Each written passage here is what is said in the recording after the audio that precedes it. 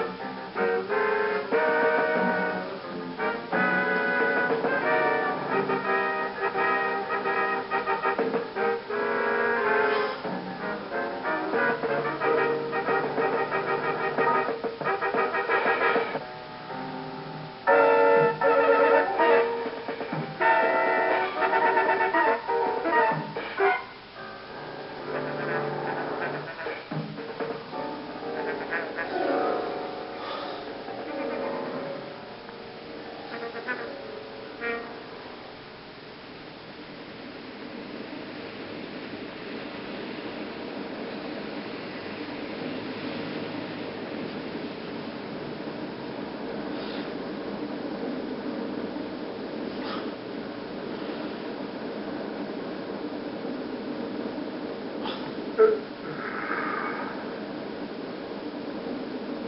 must be dead, honey. After gardening all night. What time is it?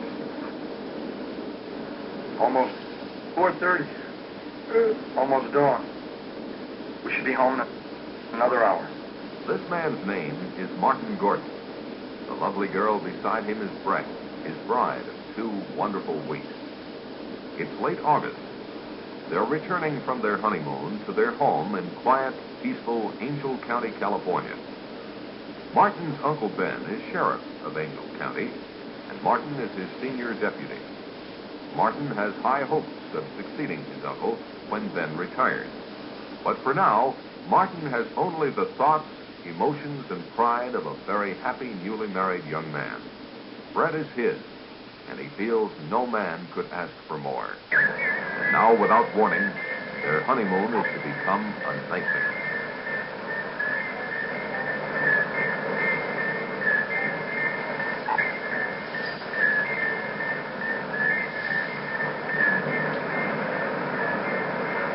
Neither Martin nor Brett saw the glowing rocket descend in the early morning sky. It was reported to the sheriff's office by Jeff, the county forest ranger. Jeff reported to Sheriff Ben that a plane had crashed near Willow Creek and that he was going out to investigate. Ben said he would join him as soon as possible. Barney, Ben's junior deputy, was to summon medical aid and to see if he could rouse someone at the Air Authority in San Francisco.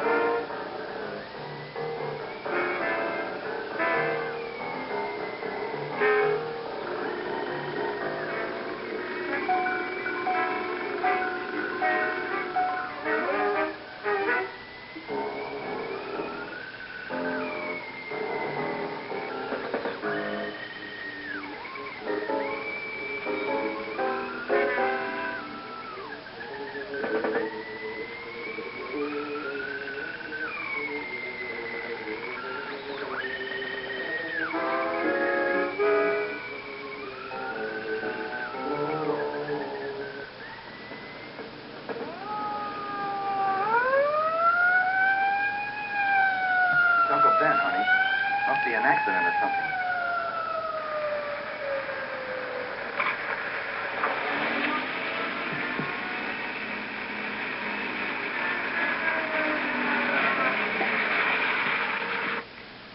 There's a plane crash down the road a couple of miles. I'm going to be a little short-handed till help gets here.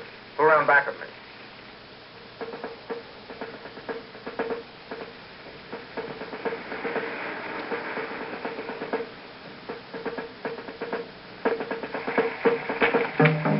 Come along, both of you.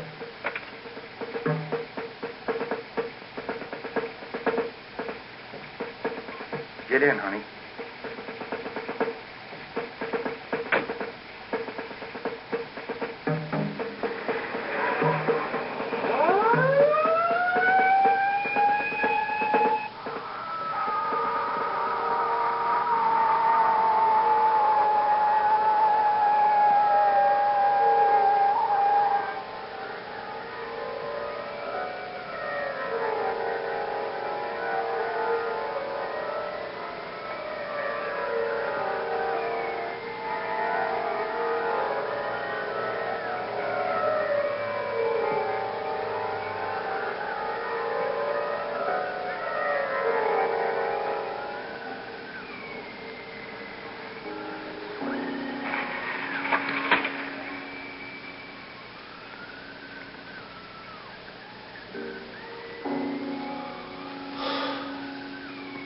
At the location of the crash, they discovered Jeff's truck, but Jeff himself was not around. They proceeded with their investigation.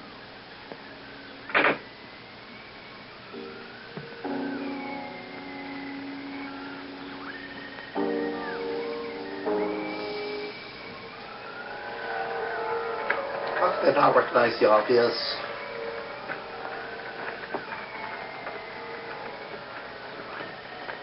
They looked at the rocket in utter amazement. A puzzled Ben finally asked Martin what he made of the craft. It's no airplane. Great observation, See one of our genius. missiles. Or one of theirs. You could be right, honey. Don't think we have anything this big.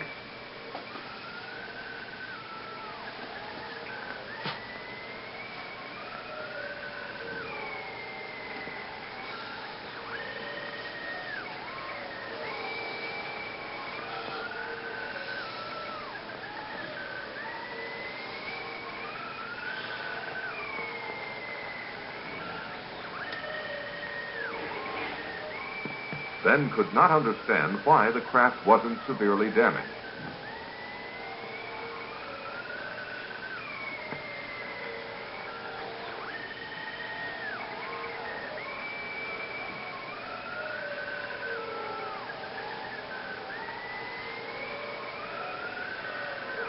This hat belongs to Jeff Peters. Friend of yours? Jeff! Jeff! Jeff, are you in there? Martin, go back to my car and get my flashlight.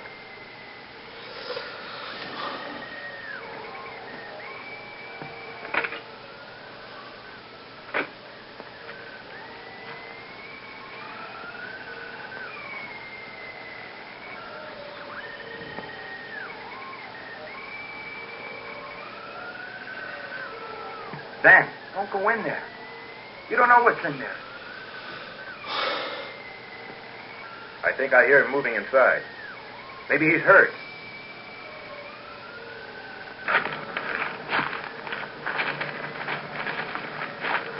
Dan, please don't.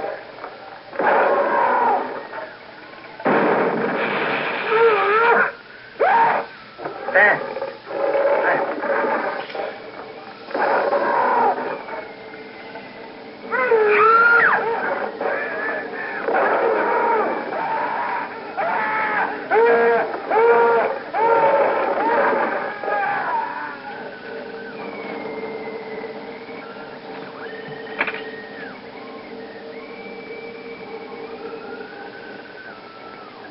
Car 1, calling in. Car 1, calling in.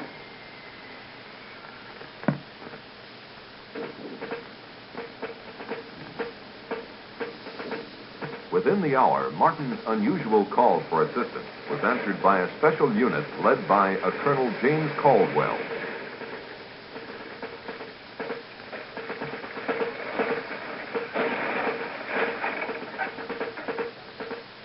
Let's get going.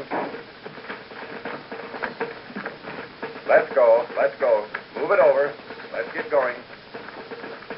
Let's go. All right, back on the truck. Let's go.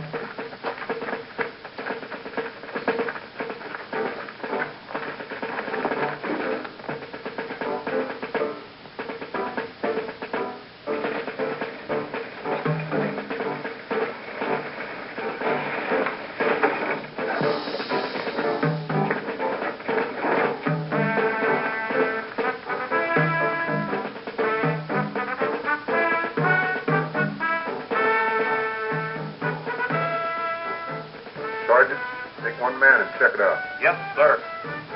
Okay.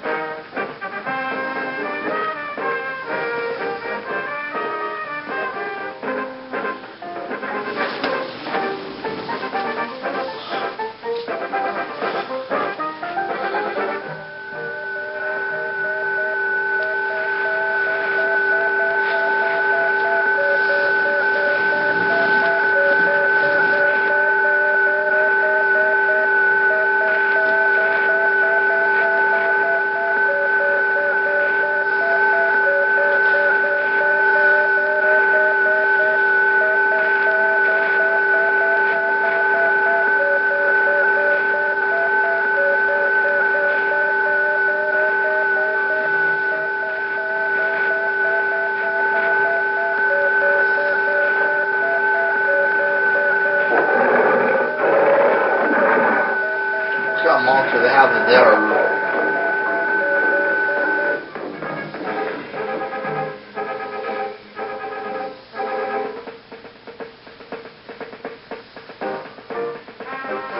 The sergeant reported seeing an amazingly large creature in the aft section of the strange craft. He further reported that it was secured by a kind of metal harness, but that the creature could still move around somewhat, and for that reason they had not gotten too close to it. There was no trace of either Ben or Jack.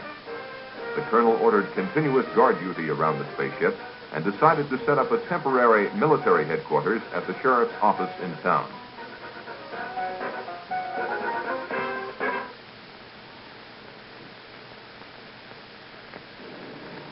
By the next day, Colonel Caldwell had the situation well in hand. He had called Washington and received his orders from the highest possible authority. He was to maintain tight security and to await the arrival of a Dr. Bradford, who had been on assignment at the Jodrell Bank Radio Observatory in England. Upon arrival, Bradford was to take complete charge of the operation.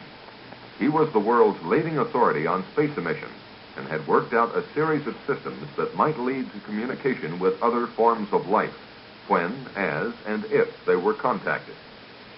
Martin was outraged by the government's intellectual approach to a monster that had already killed and caused the disappearance of his two close friends. Caldwell tended to agree with him, but stated he had to follow his orders.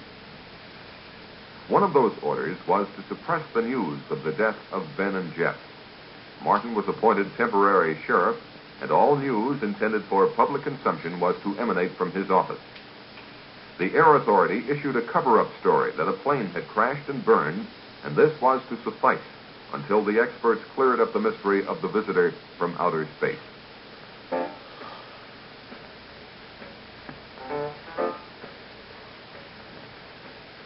In a remote section of the county, the first of a series of tragedies took place. Tragedies that would have been avoided had the public been warned.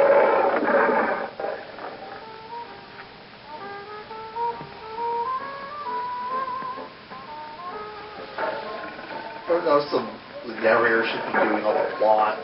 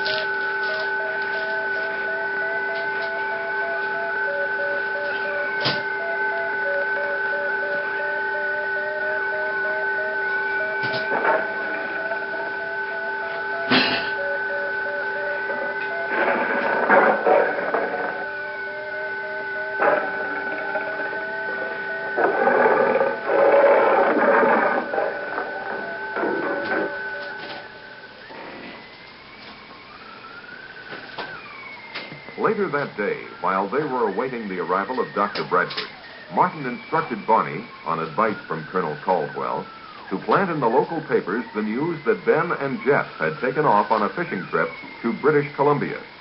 The colonel had impressed the bereaved families with the necessity of maintaining secrecy, and these brave relatives had agreed.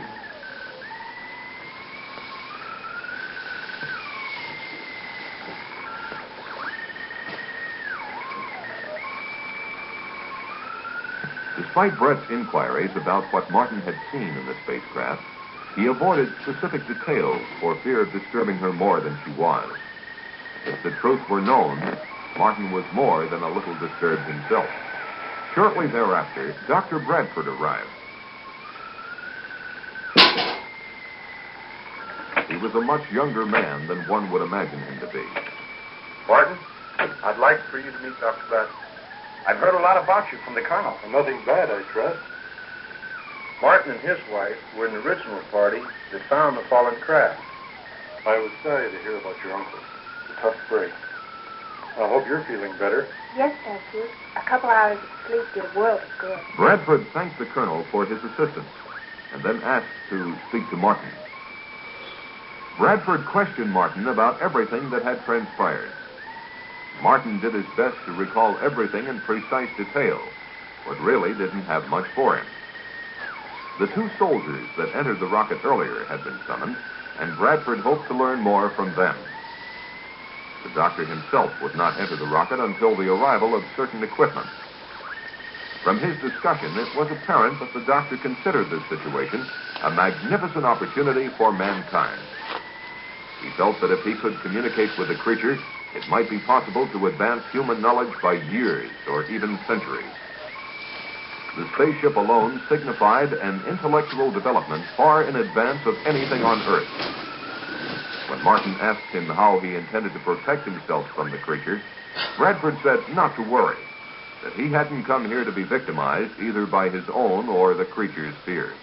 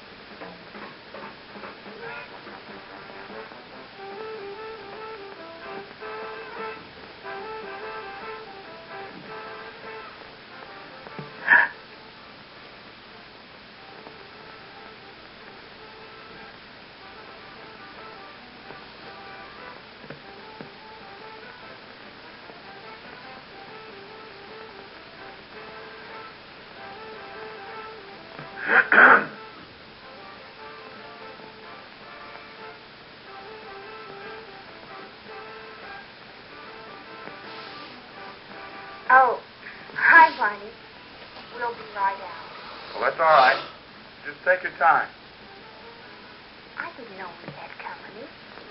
Look at me, I'm a mess. Don't be impolite. If I get the drink. Now you're talking, honey. What do you have, Barney? How about a bourbon and 7? Coming up. Would you get the 7, honey?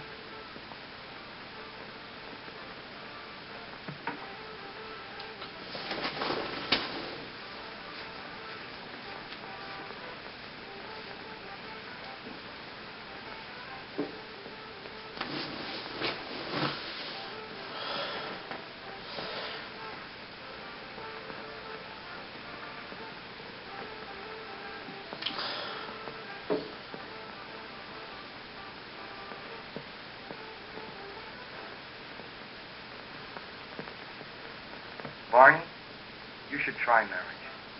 It would do wonders for you. Barney and Martin had been bachelor buddies for years, but now that Martin was settling down to marriage, they were slowly drifting apart. Barney, naturally, was still dating all the girls in town, and he couldn't understand why Brett and Martin didn't pal around with him more than they did. He couldn't comprehend that married life brought with it not only new problems and duties, but the necessary togetherness of husband and wife as well. Despite Brett's most tactful considerations, such as inviting him over to dinner quite often, Barney was growing resentful of her, or at least she felt that he was. Since time began, this change in relationship has probably happened to all buddies in similar circumstances. Life has its way of making boys grow up, and with marriage, Martin's time had come. His life was now Brett, a life that he thoroughly enjoyed.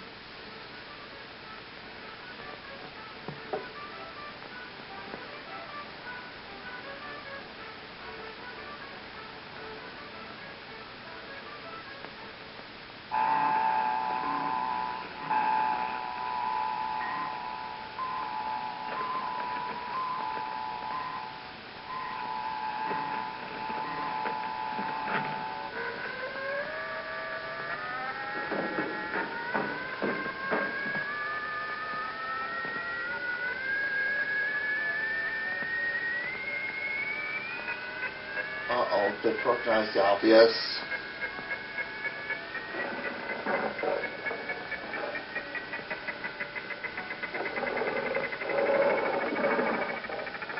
Bye, honey. The next morning, Betty Johnson, as usual, blew a goodbye kiss to her husband, but for the last time.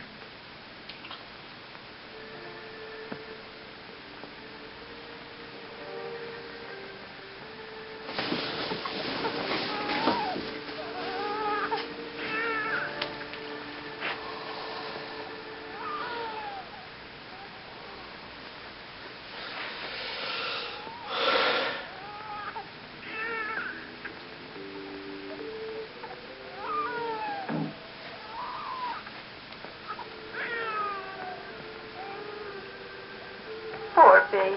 Let Mommy take your temperature.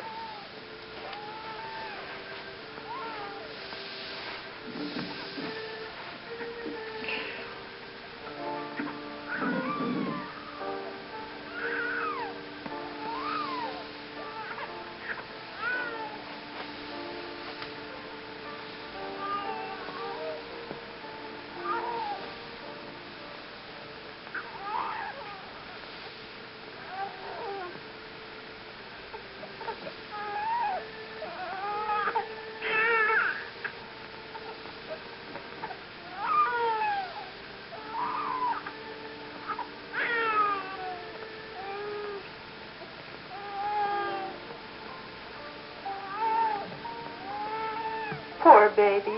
You'll feel better soon.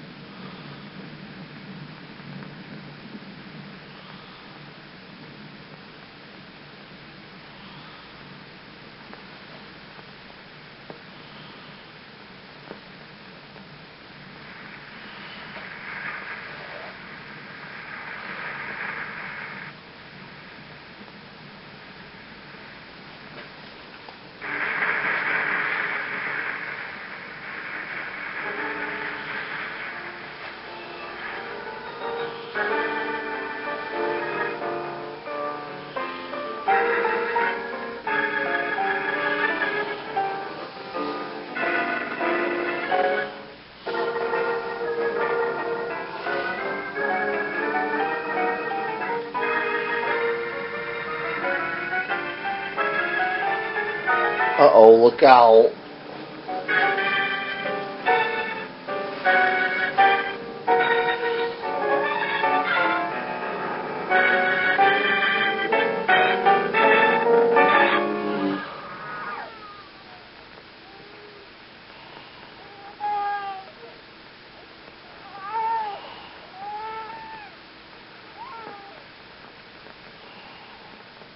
Well, how you enjoying that movie? I enjoyed the Creepy Terror. In fact, I had something to show you.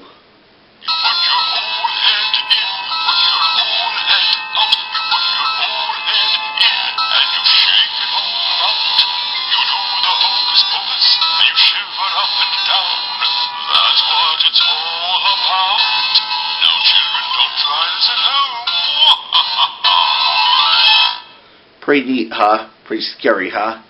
Anyway, want to watch more of the Creepy Terror?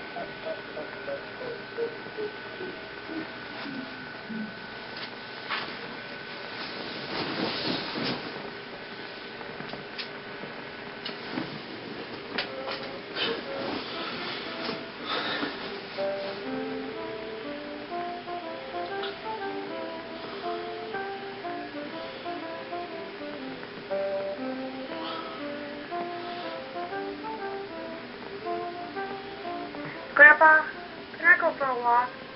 All right, but stay close by.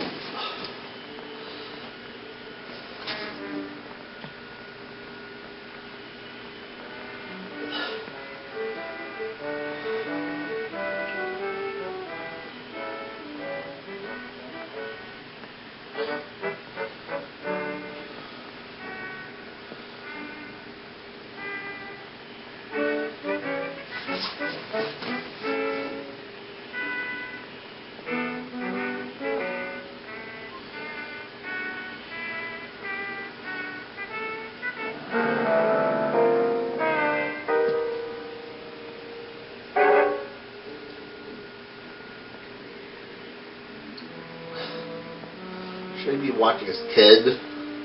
Bobby. Bobby.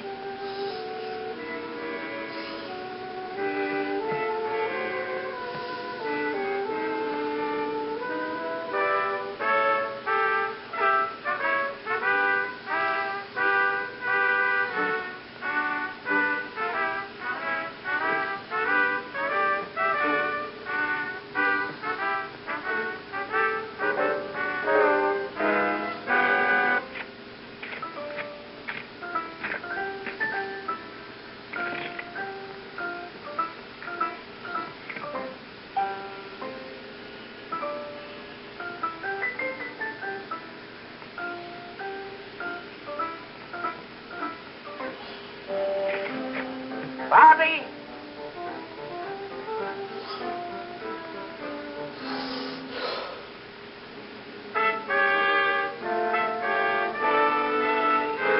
He's down with a few pounds. Bobby!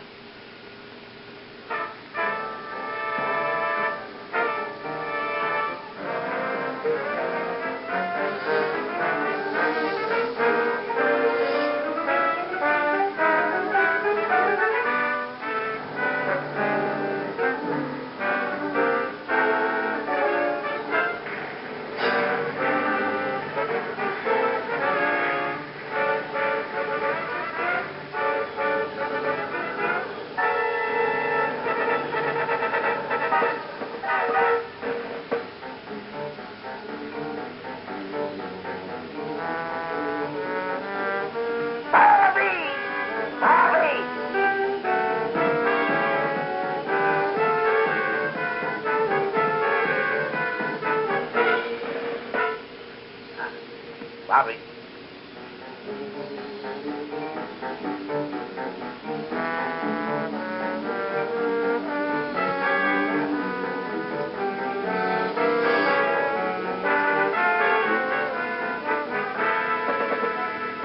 Bobby.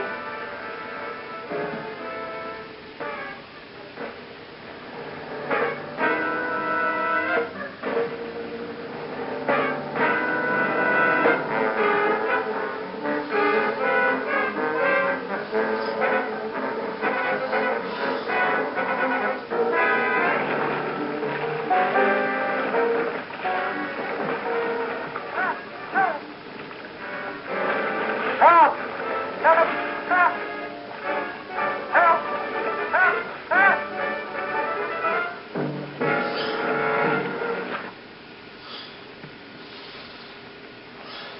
Within 48 hours, Dr. Bradford had closely examined the creature and the spaceship and reached a number of conclusions.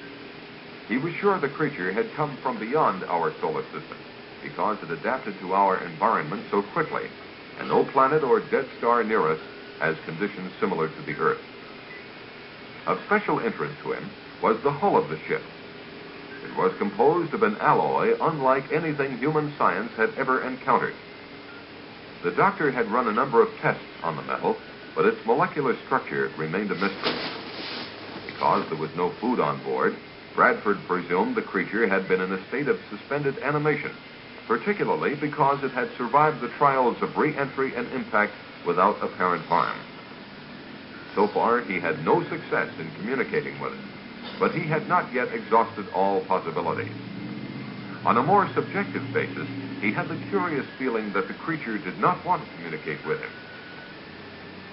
Such a confession on the part of this eminent scientist made Martin feel quite apprehensive.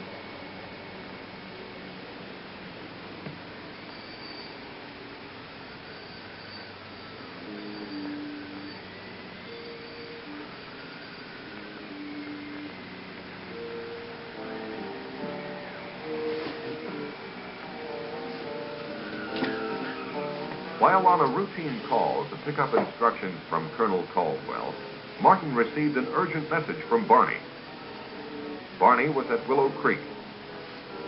He had responded to a phone call from a frantic Mrs. Brown. Her husband and grandson had gone fishing and were long overdue. Barney was instructed to organize a search party locally and to report the results to Martin. Because of security regulations, he was not to come near the area of the spacecraft. Martin said he would join Barney later if he could.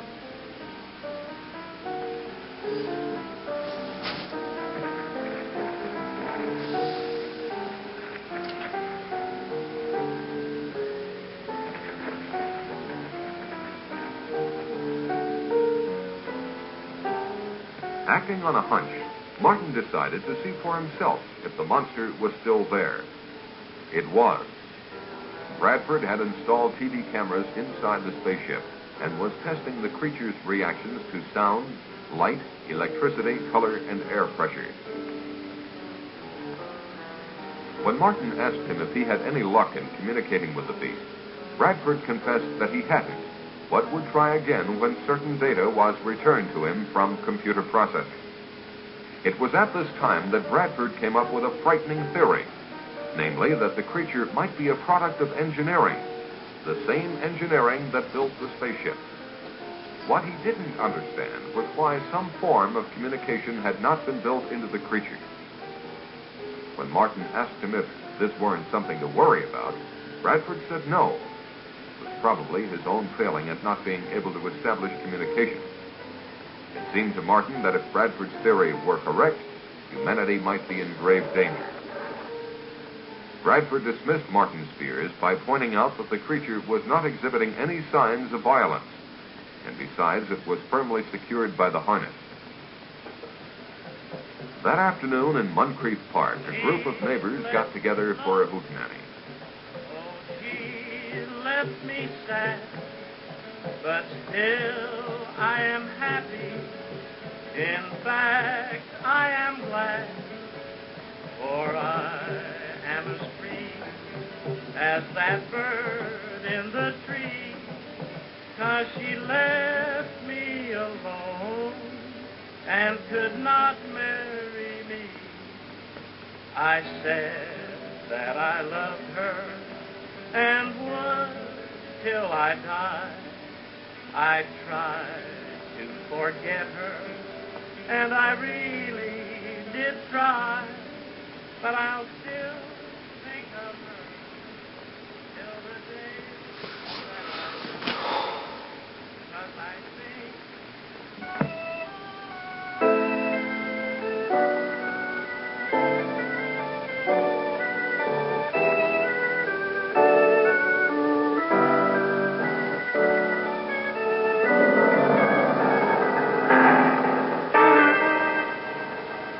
What is it?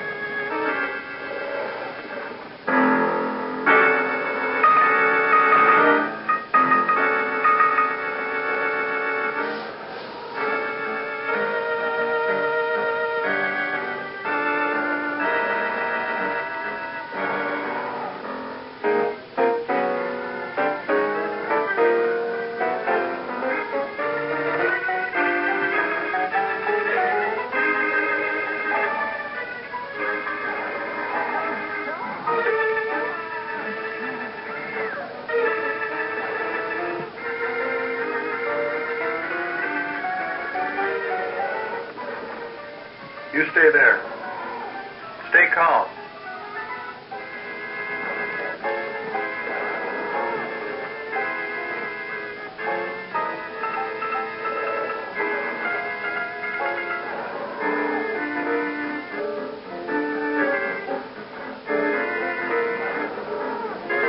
That's a monster. You see the guy's feet underneath that. You see the puppeteer's feet underneath it.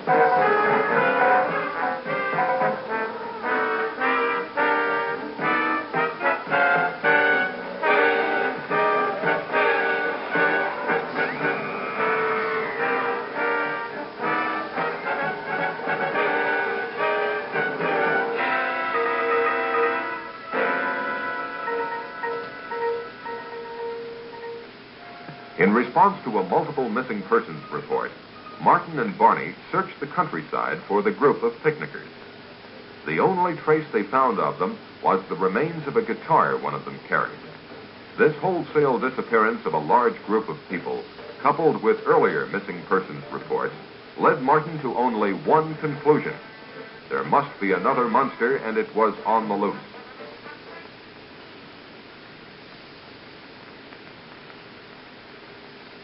The colonel listened to Martin's theory, and after consulting with Bradford, decided to call Washington. He was told to follow his own good judgment, but under no circumstances was he to alarm the populace. The colonel decided to organize a county-wide search. Martin's assignment was to search the north end of the county.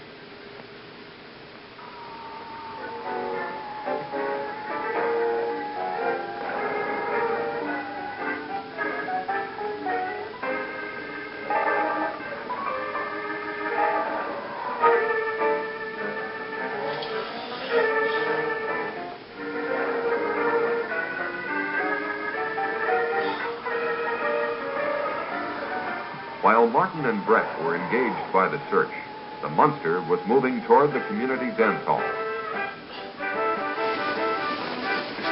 Ever notice the songs he's playing throughout the movie?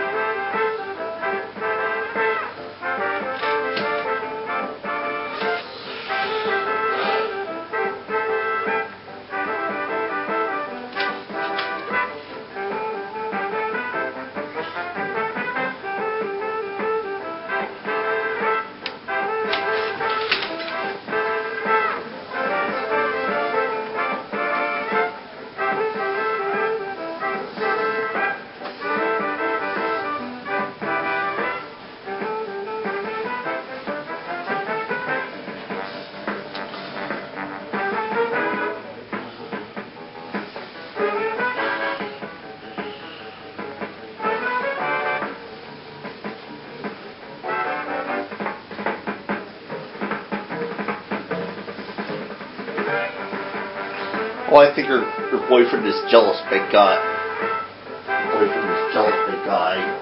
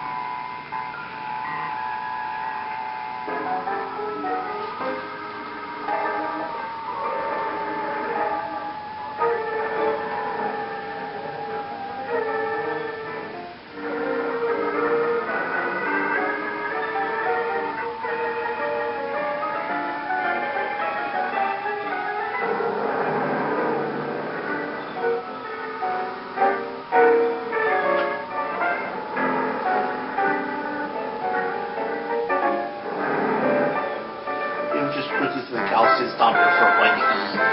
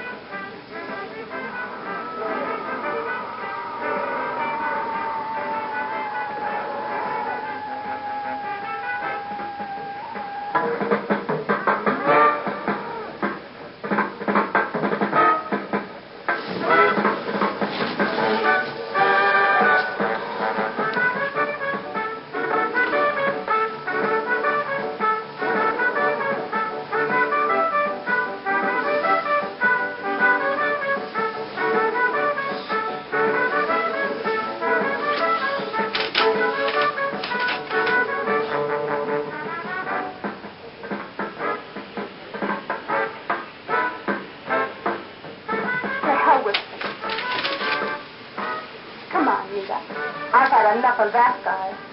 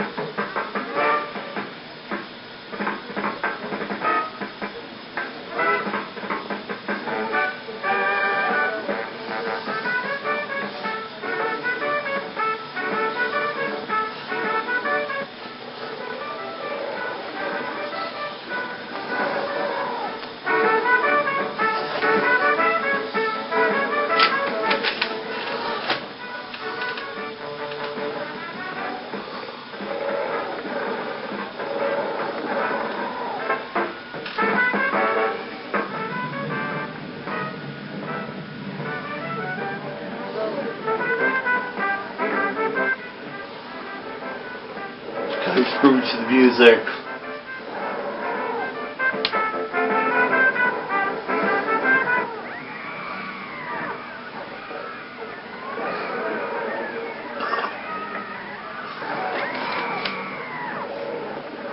My God, what is it?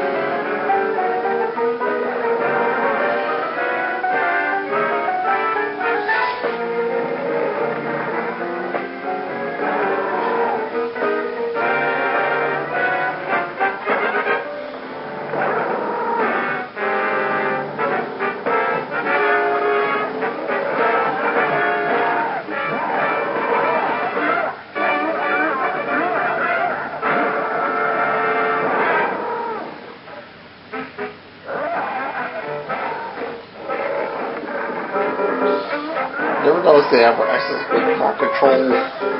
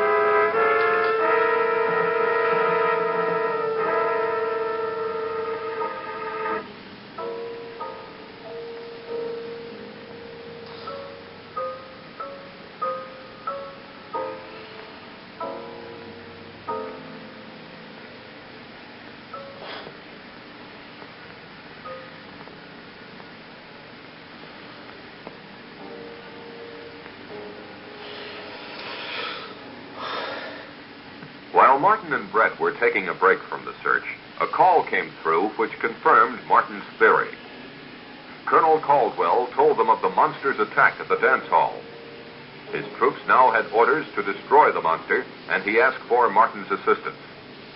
Martin said he would join the colonel as quickly as possible.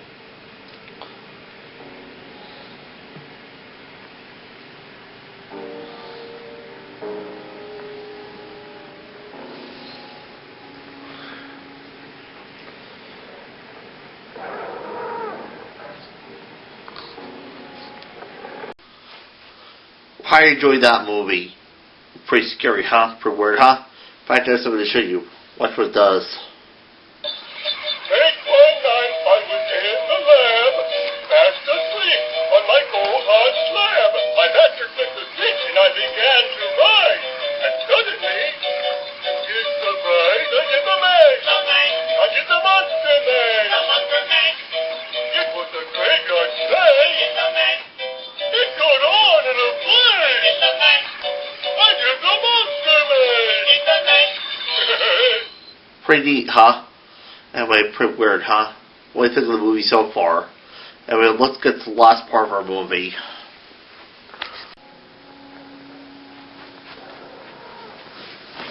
The monster next appeared in Lover's Lane. Anyone who experienced that catastrophe and survived would never go there again.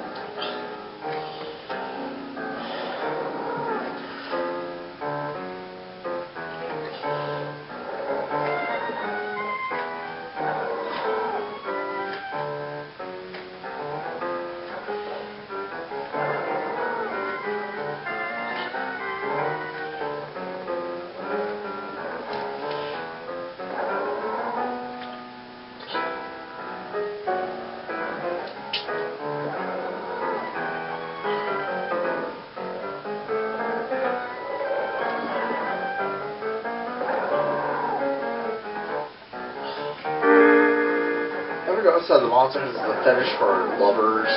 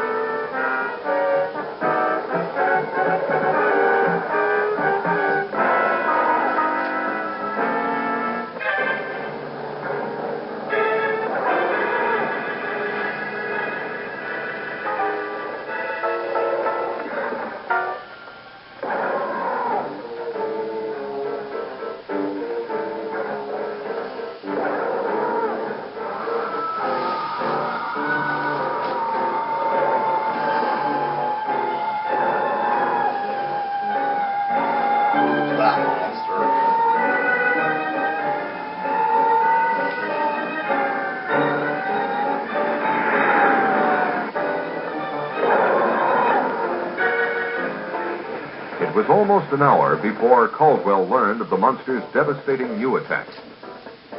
Colonel Caldwell wasted no time ordering his men into action.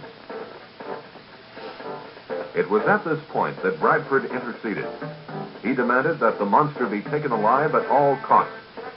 The colonel's protests about the dead and missing made no impression on Bradford.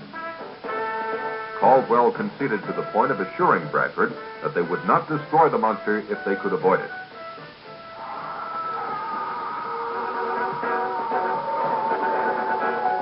Get on with it, Lieutenant. Pull it out, men.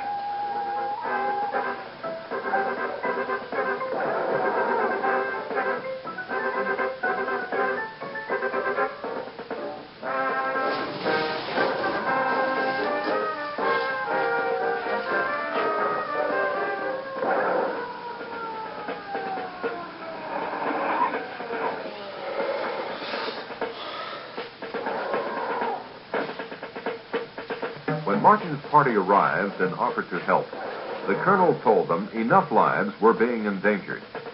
They were to be part of the second line of defense, to be used only if necessary.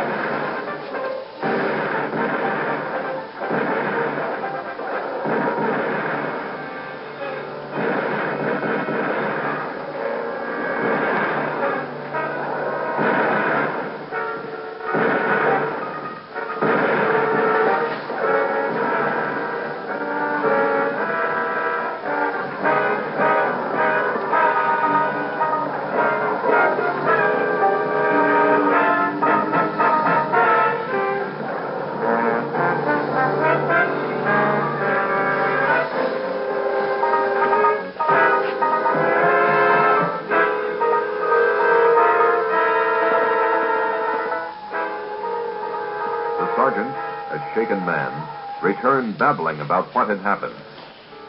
Caldwell, realizing the full danger of the situation, decided he had only one means left to stop the monster: grenades. Now Bradford made a drastic move. Acting on his superior authority, he forbade Caldwell to destroy the creature. The colonel, more concerned with saving human lives than advancing science, told Bradford to go to hell. Get out of my way.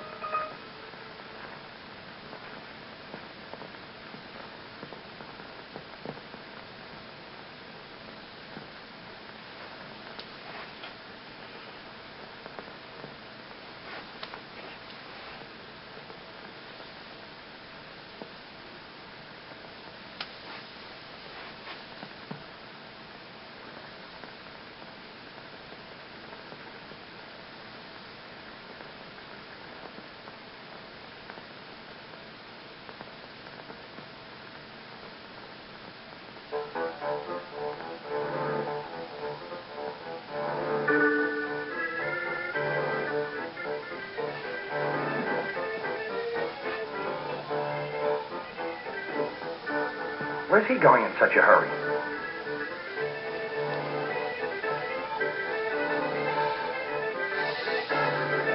Maybe you'd better follow him. He may need help. You go ahead, Mark. I'll stay with you.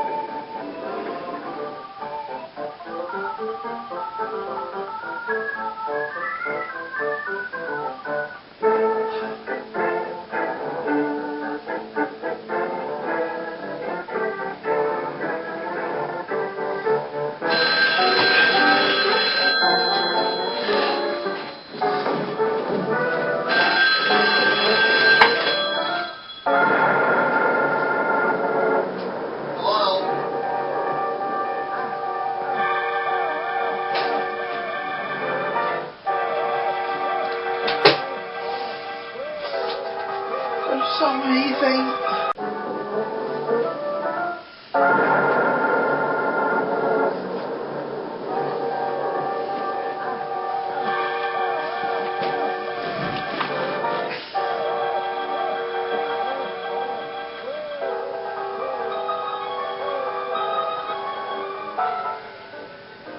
The explosion loosened the harness on the monster and allowed it to escape.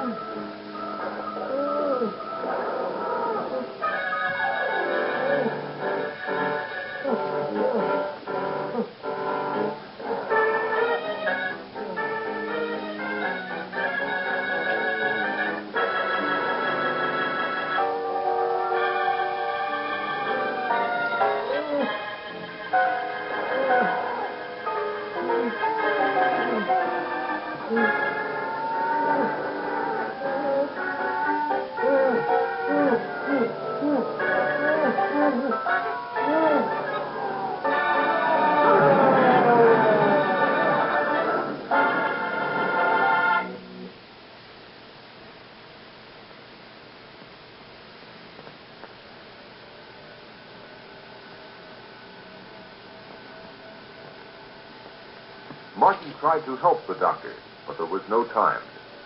Bradford told Martin what he had just confirmed, that these monsters were highly specialized test animals. They were, in fact, mobile laboratories that consumed human beings in order to analyze them chemically, undoubtedly to detect weaknesses in the human species. He told Martin that the information fed into a computer in the spacecraft. Further, he added, now that both monsters were dead, the computer would activate a transmitter to send the results into outer space. Martin knew what he had to do.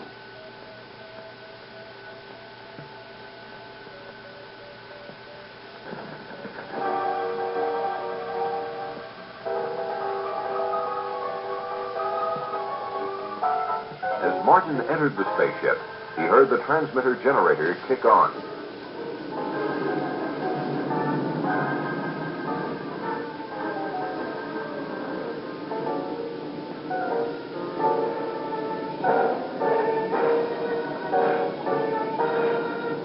The super tough alloys of the spacecraft were not even dented by Martin's hammer.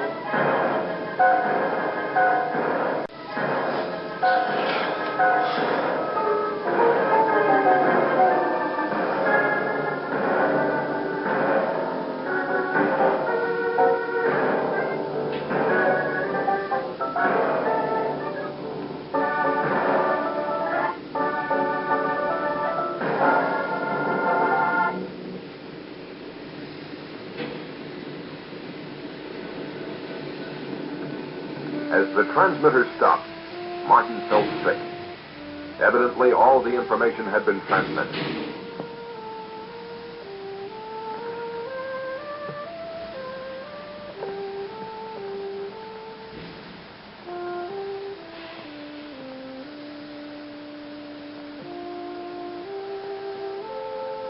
On Martin's return, he confessed his failure. He slowly asked Bradford what was in store for humanity. Bradford was pessimistic, but implied that maybe all was not lost. After all, he told them, the vastness of the universe is incredible. If these monsters had come from its outer limits, their home might even no longer exist. Or if they do come again, perhaps man will have advanced enough to cope with them and those who made them. Only God knows for sure, were Bradford's last words to anyone on this earth.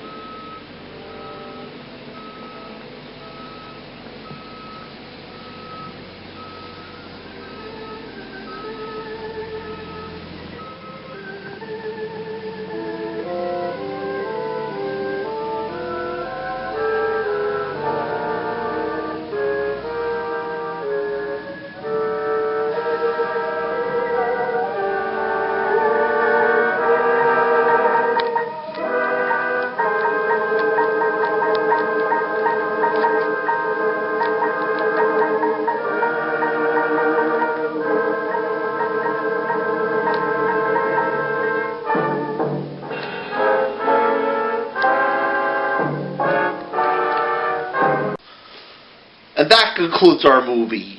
Was that movie just terrifying? I say it was more terrifying. I hope you enjoyed it much more than I did. God, would you believe that monster? That was terrible. Really terrible. The scientist. You won't believe what I had to go through.